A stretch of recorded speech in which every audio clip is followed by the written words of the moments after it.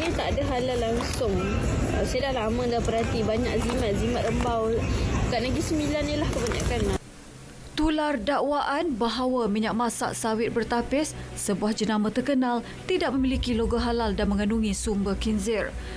Hasil semakan, pihak berkuasa mendapati minyak masak itu adalah halal dan ketiadaan logo pada bungkusan adalah sementara menunggu kelulusan pembaharuan Sijil Pengesahan Halal Malaysia SPHM yang telah tamat tempoh. Bagaimanapun, syarikat itu telah pun memperoleh pensijilan halal baharu yang sah sehingga 15 Mac 2026. Isu itu antara yang tular dalam kalangan pengguna. Tapi beli masuk plastik jalannya. Akhirnya tak pernah cek Kadang tak pernah cek pun. Tapi memang Mungkin terlepas pandang. Tapi memang pentinglah Penting. Logo halal memang penting. Itu saya tak ada komen lah. Sebab kita pun tak tahu kan. Yang mana halal, mana haram saya pun tak tahu. Tapi sepatutnya tak patutlah. Untuk benda-benda tu tak patutlah. Ya betul. Kerajaan perlu siasat lebih mendalam kot pasal benda-benda macam ni. Sebab kita tak tahu kan daripada mana sumber minyak paket tersebut. Jadi saya rasa ini adalah satu maksudnya tindakan yang wajib diambil kira ataupun dititik berat kan. Supaya kita tak maksudnya kita sebagai pengguna ataupun peniaga masih tidak was-was lah untuk membeli minyak masak tersebut. Selain logo halal, kami turut meninjau beberapa lokasi berkenaan isu kesukaran rakyat memperoleh minyak masak paket bersubsidi yang dihadkan kepada warga asing dan 3 paket kepada warga negara Malaysia.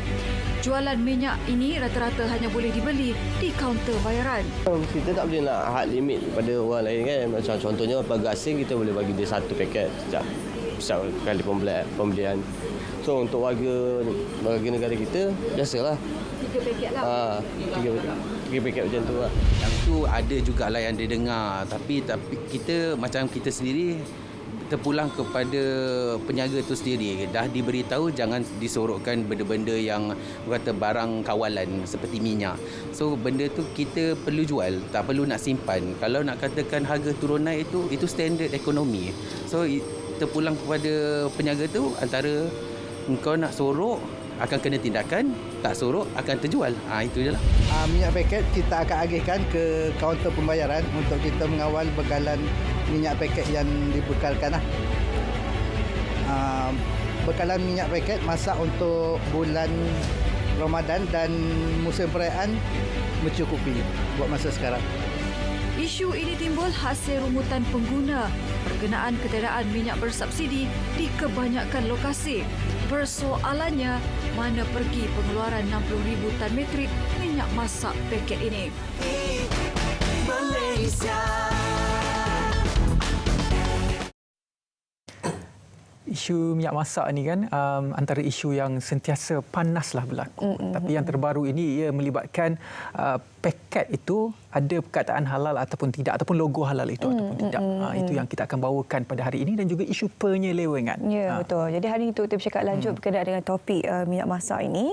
Saya perkenalkan terlebih dahulu tetamu kita pada pagi ini iaitu Tuan Muhammad Khairi bin Jamaluddin, Ketua Pegawai Penguat Kuasa Negeri, Kementerian Perdagangan Dalam Negeri dan Kos Sara Hidup Selangor. Assalamualaikum, selamat pagi Tuan. Waalaikumsalam warahmatullahi. Okey, baik.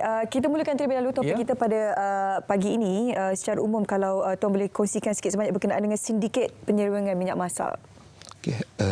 Assalamualaikum warahmatullahi wabarakatuh. Selamat pagi. Terima kasih Puan Syahda, Tuan Ridwan kerana menjemput KPDN pada slot pada pagi ini. Jadi berbalik tentang isu sindiket penyelewengan especially ataupun melibatkan minyak masak bersubsidi ini, memang kita tidak nafikan memang berlaku pada masa kini. Dan jika kita lihat ianya bergerak secara jenayah bersindiket ataupun syndicated of crime. Yang mana kalau kita lihat minyak masak paket 1 kilogram bersubsidi ini harganya lebih murah daripada harga minyak masak industri. Jadi sudah tentunya ada pihak yang tidak bertanggungjawab untuk mengambil kesempatan untuk membuat keuntungan yang lebih cepat, lebih mudah. Kalau kita lihat harga minyak paket bersubsidi 1 kg harga RM2.50 berbanding dengan harga industri di luar mungkin harga RM5. Jadi penyelewengan berlaku, tapi kita di peringkat kementerian ada mekanisme untuk memanteras atau mengurangkan isu penyelewengan ini berlaku melalui penguatkuasaan di bawah Akta Kawalan Bekalan 1961. Kalau kita lihat sebenarnya minyak paket 1 kg ini disubsidikan oleh pihak kerajaan untuk kegunaan isi rumah domestik. Bukan untuk tujuan kegunaan industri. Maknanya kalau industri dia perlu menggunakan atau membeli minyak industri dengan harga yang lebih mahal berbanding dengan harga minyak paket 1 kg. Harganya pada RM2.50. That's why lah ada pihak-pihak yang tidak bertanggungjawab mengambil kesempatan ataupun untuk mengaut keuntungan yang lebih cepat. Dan kita percaya benda ini mungkin juga ada pelibatan ataupun komplot di antara pihak-pihak yang kita beri lesen yang sah dengan komplot dia dengan pihak yang terlibat dalam sedikit ini. Apakah modus operandi pihak yang terlibat dalam penyelewengan ini, Tuan? Okey. Bila kita bercakap tentang isu penyelewengan macam saya sebutkan tadi, dia punya gerak kerja ataupun modus operandi ataupun kaedah penyelewengan berlaku melalui kaedah urus niaga bawah tanah ataupun underground business. Dia terlibat antara mungkin pihak yang diberi lesen yang sah, mungkin pelbagai rantaian peringkat pengedaran lah daripada syarikat pembungkus, pemborong, peruncit dan seluruhnya pihak-pihak yang memang tidak ada lesen. Jadi salah satunya satu kaedah ataupun modus operandi yang digunakan oleh sindiket ini, dia membeli minyak masak tersebut daripada pembekal minyak, especially melibatkan minyak masak paket 1 kg ni. Kemudian dia salah satunya seluduk keluar daripada negara kita ke negara-negara jiran kerana harga minyak masak di negara jiran lebih mahal berbanding negara kita. Itu yang pertama. Yang keduanya, pihak yang tidak bertanggungjawab ni akan membeli minyak masak paket ini, kemudian memotong, kemudian dia akan memasukkan minyak tersebut ke dalam paket botol, dalam botol prepack dari packaging dan menjual dengan harga industri ataupun harga yang lebih mahal daripada harga minyak subsidi ini. Jadi kita lihat dari segi keuntungan yang lebih cepatlah berbanding dijual terus kepada isi rumah domestik. Sebab itu ramai pihak yang, especially pihak yang tidak bertanggungjawab yang menjalankan aktiviti penyelewengan minyak paket bersubsidi ini. Dan kita sebagaimana saya maklum, kita ada peruntukan khusus untuk mengawal ataupun menguatkuasakan isu-isu berkaitan penyelewengan barang-barang kawalan, especially melibatkan minyak masak subsidi ini. Lebih kurang sama isu dia dengan penyelewengan minyak petroleum kan. Kita ada subsidi kan, kerajaan bagi subsidi untuk rakyat Malaysia, tapi yang luar pula yang mendapat manfaat subsidi kita tu kan. Dia bayangkan kitaran duit tu kita bayar cukai pergi ke orang luar kan. Tak rasa marah ke? Marah itu. Sepatutnya minyak paket ni sampai ke pengguna isi rumah domestik. Tetapi ada pihak yang tidak bertanggungjawab ini, dia alihkan bekalan ni kepada pihak yang tidak sepatutnya. Okey, penyelewengan tu satu hal. Satu hal lagi berkenaan isu viral kan, baru-baru ini kan, berkenaan minyak masak paket. Orang tu kata non-halal. Adakah minyak paket itu perlu kita beli yang ada tulis halal ataupun apa spesifikasi yang betul yang perlu diikut oleh pembungkus dalam isu minyak paket halal non-halal ini? Terima kasih Tuan. Saya rasa tak silap saya isu viral minyak paket yang bernama Nice Day viral ataupun tular di media sosial awal bulan Mac 2024 baru lagi, yang mana minyak tersebut ditulis dengan perkataan non-halal, tulisan tangan dan caption ataupun hashtag ditulis minyak masak babi non halal banyak dijual di kedai-kedai runcit.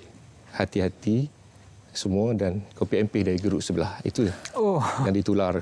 Okey kan? Awal minggu Mac 2024. Jadi kita di peringkat KPDN Selangor menerima gambar tersebut melalui WhatsApp. Kemudian pada 11 Mac satu pasukan siasatan telah menjalankan satu siasatan susulan ke atas syarikat yang membungkus minyak masak tersebut di Balakong, Selangor lah. Dan hasil siasatan mendapati ataupun hasil pemeriksaan kita mendapati tiada perkataan ataupun penandaan logo halal ditandakan pada minyak paket 1 kilogram yang telah siap dibungkus, dan juga tiada tulisan non halal diletakkan pada setiap paket minyak yang sedia dibungkus semasa pemeriksaan dijalankan. Okey. Kita juga sebenarnya pada 15 Januari KPDN juga dibantu oleh Jabatan Agama Islam Selangor telah menjalankan satu penauditan ke atas syarikat tersebut sebenarnya. Dan pada masa tersebut pihak Jabatan Agama Islam Selangor juga telah mengambil satu tindakan kes kerana syarikat tersebut gagal untuk memperbaharui lesen pensijilan memperbaharui pensijilan halal Malaysia. Sijil pengesahan halal Malaysia yang telah tamat tempoh.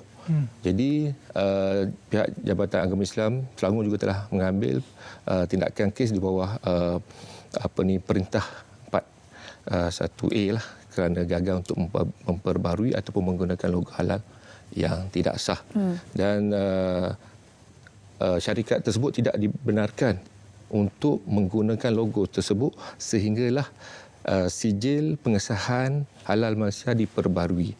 Dan saya difahamkan oleh pihak Jabatan Agama Islam bahawa syarikat tersebut telah diberi sijil ataupun diperbaharui sijil pengesahan halal Malaysia bermula pada 16 Mac. Kalau ikutkan daripada akta, apabila ada tempoh kesenggangan tempoh sijil halal tidak diperbaharui itu, sepatutnya pihak peniaga itu boleh mengeluarkan minyak itu ataupun tidak? Okey, berbalik kepada isu logo halal.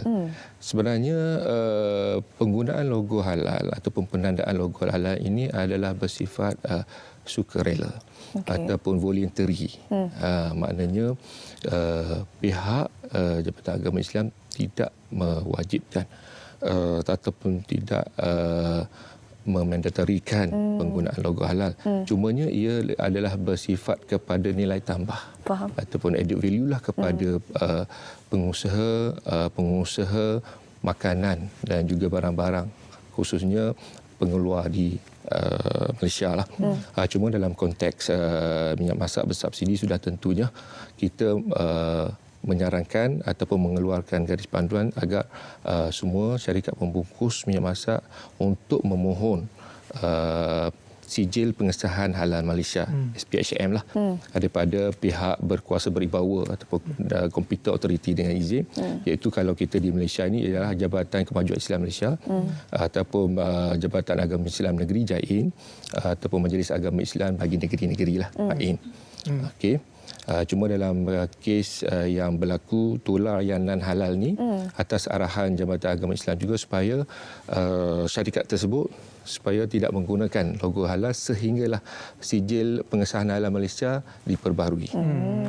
Tuan, apakah tindakan yang boleh diambil kepada pengadu-pengadu yang melaporkan perkara yang salah, dan yang kedua, tindakan yang boleh diambil kepada pihak yang salah menggunakan logo halal ini, terutamanya dari aspek pembungkusan makanan dan juga minuman? Okey, saya ingin menyarankanlah kepada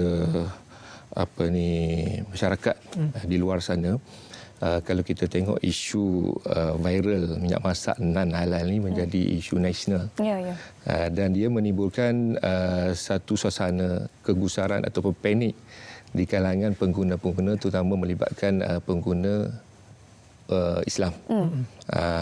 Sebenarnya apabila terjadi ataupun timbul isu-isu yang viral macam ni, so ianya akan memberi kesan langsung kepada pengguna-pengguna Islam dari segi